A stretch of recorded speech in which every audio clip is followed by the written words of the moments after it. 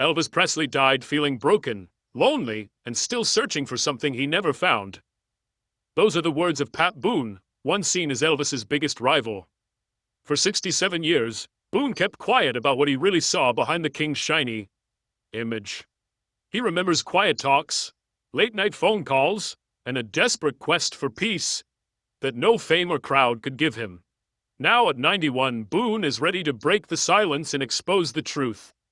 This isn't a story of two rivals fighting for the top. It's about two Southern boys who rose to fame, yet only one found his way home. What Boone reveals about Elvis will break your heart and change everything you thought you knew about the king of rock and roll. But before we get to his shocking stories from Elvis's last years, you need to understand how they became unlikely friends. The real story behind their bond will flip everything you've heard before. Imagine this. It's 1957, and any radio you turn on will blast two names dominating every station. One made parents nervous, the other made them smile. One got called dangerous, the other was seen as harmless. A story about two very different worlds. Pat Boone wasn't meant to be a rock star. Born Charles Eugene Boone in Jacksonville, Florida, he was the kind of kid who obeyed elders and did what he was told. Raised on Southern values in Sunday school, he seemed destined for a quiet life, maybe as a preacher or teacher. But life had other plans. Here's what most people don't know about Boone's rise. It all depended on one of the most controversial choices in music history. While Elvis was shocking audiences with his hips and wild moves, Boone was quietly changing the music scene himself. He began covering rhythm and blues hits first sung by black artists. Songs like Fats Domino's, Ain't That a Shame, and Little Richard's Tutti Frutti. Think about that for a moment. A clean-cut white boy from Nashville took raw, passionate R&B songs and made them easy for anyone to hum. Some people called it cultural appropriation. Others said he was creating new bridges in music. But no one could deny the success he had. The numbers speak for themselves. 38 top 40 hits, 6 #1 singles, and a streak of 220 weeks on the charts over 4 years straight. Pat Boone had at least one song on the US charts at all times. To see how impressive that was, only Elvis Presley matched his chart success during the entire 1950s. Here's where things get more interesting. The media painted Boone as Elvis's rival, the rebel against the role model. But the full story was more complicated. Boone wasn't trying to compete with Elvis. He just wanted to stay alive in the same intense spotlight that was crushing the king himself. Being America's good boy was heavy. Every move, every word, every song had to meet impossible standards. One scandal or mistake could ruin everything. His career, built on morals, could collapse overnight. Boone learned a lot about fame that made him see how different his life was from Elvis's. That difference might have saved him. While Pat built a shield of family values around himself, Elvis was sinking under the weight of fame. The first time Boone saw this clearly was during a chance backstage meeting that haunted him for decades. It was 1956. Backstage at a TV studio, two of America's biggest stars faced each other for the first time. Elvis Presley was fresh from his big break on the Ed Sullivan Show, but he didn't look like the confident singer the cameras showed. Instead, he looked shy and almost fragile. Overwhelmed by success, he couldn't quite believe what was happening to him. Pat Boone watched from across the room. What he saw changed everything he thought about Elvis. Many believed Elvis was a confident, larger-than-life man. But when the cameras were off, he was just a boy from Tupelo. Boy who couldn't believe what was happening in his life. Men had grown up in the South, raised on gospel music. Both brought black musical styles to white mainstream audiences. But their ways of handling fame couldn't have been more different. Elvis embraced the chaos, while Boone preferred control. Elvis pushed boundaries, but Boone respected them. Elvis became a symbol of rebellion, yet Boone was seen as the safer choice parents wanted their kids to listen to. Here's something the media never revealed. There was no real rivalry. Boone recalls how the newspapers loved to pit them against each other. They painted Pat as the clean-cut boy and Elvis as the troublemaker. But that was just fake drama. The truth is, Boone admired Elvis a lot. What Boone respected wasn't Elvis's wild image. It was his pure, undeniable talent. Elvis had something you couldn't teach. Boone says he connected with something deep inside, something that touched people's hearts and souls. He wasn't just a performer, he was a phenomenon. Their first real talk happened in that same TV studio. Elvis, still catching his breath from his show, came over to Boone. He did so with surprising humility. Elvis mentioned hearing that Boone did some of the same songs. It's not out of anger or competition, but out of curiosity. They talked for about 20 minutes about music, faith, and the sudden pressure of stardom. Two young guys barely out of their teens, trying to make sense of a world pulling them in many directions. Boone realized then that they weren't rivals. They were walking separate paths, heading to very different places.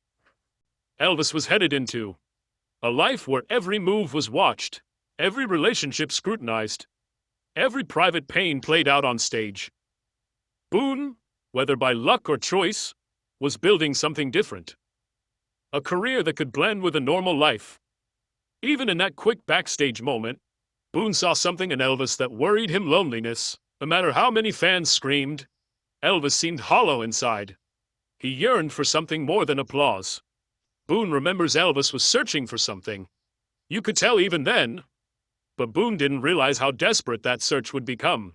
He didn't know that Elvis was already feeling the burden of his crown. The weight would only grow heavier over time.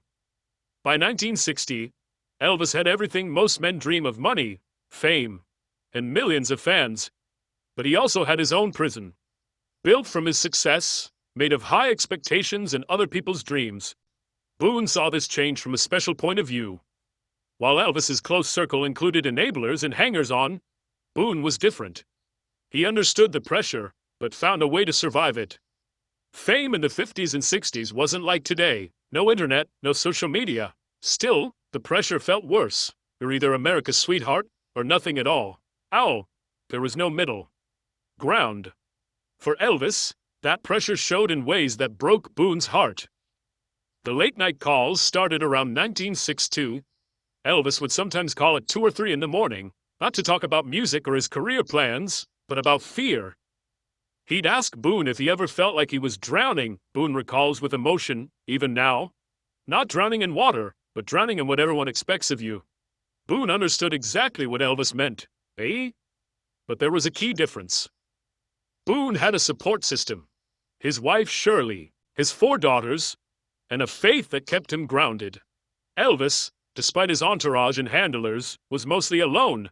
The Memphis Mafia weren't friends, Boone says bluntly.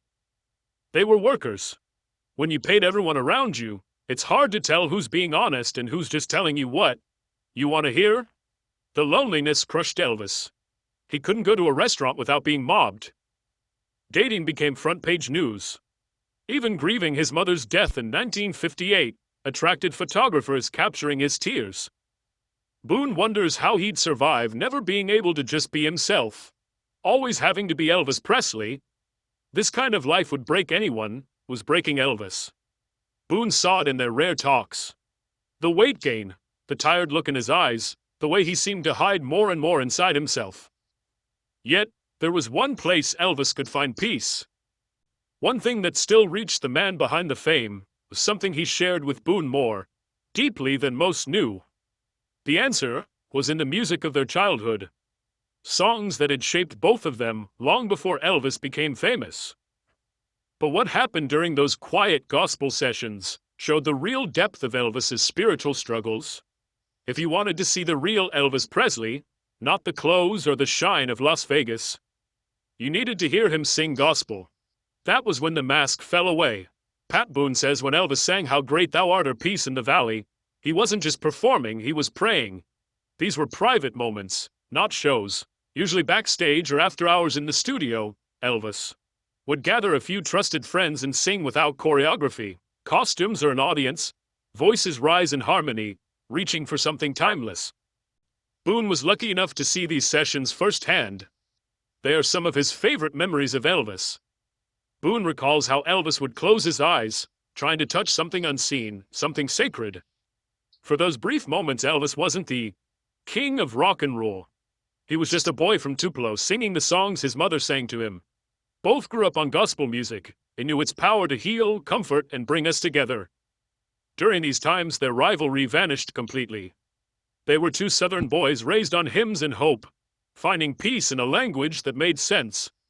Gospel wasn't just a career move for Elvis. Boone says it was his lifeline. When everything else seemed fake or too much to handle, gospel felt real.